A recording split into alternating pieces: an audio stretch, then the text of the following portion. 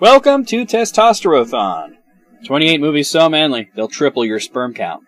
Well, it's been 8 years since the last time you saw Jack Ryan on the silver screen, and now Harrison Ford is out, Ben Affleck takes over the role, and the movie essentially is another reboot as it takes place early in Ryan's career, and essentially acts as an origin story, but has events that can't really jibe with the other films, especially as it's definitely post-Cold War.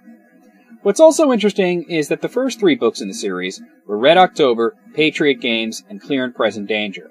But this is based on the 5th book. The 4th one was skipped. Apparently the 4th novel, The Cardinal of the Kremlin, was supposed to be made into another film, presumably starring Harrison Ford, but they gave up working on it after they couldn't get it adapted properly. So they skipped to the next film. The Sum of All Fears was originally also going to have Harrison Ford in it, but he didn't agree with the director on parts of the script, and he left. Since Ben Affleck is a lot younger, they just made it essentially a prequel, but it takes place in the modern day. Affleck plays Jack Ryan in a similar manner to Alec Baldwin, emphasizing the character's cleverness and strong mental leaps, rather than Harrison Ford's way of playing Ryan as seasoned, measured, and methodical.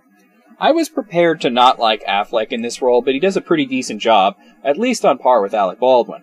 I'm not prepared to say he does a better job, but the character definitely gets fleshed out more than in Red October, probably due to being the main focus this time.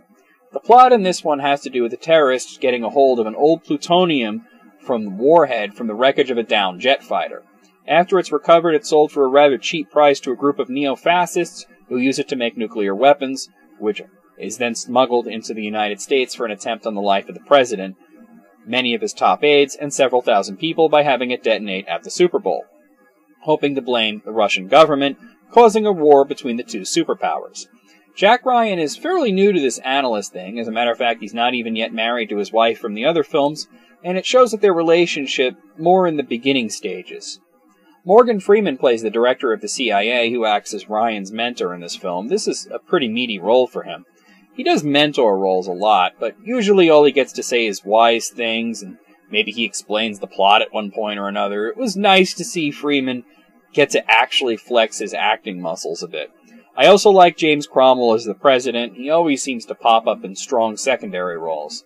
This one starts off rather weak, but much like Clear and Present Danger, it gets better in the second half, and I wound up being rather surprised at how much I liked it, especially considering the fact that this film is usually considered the runt of the series.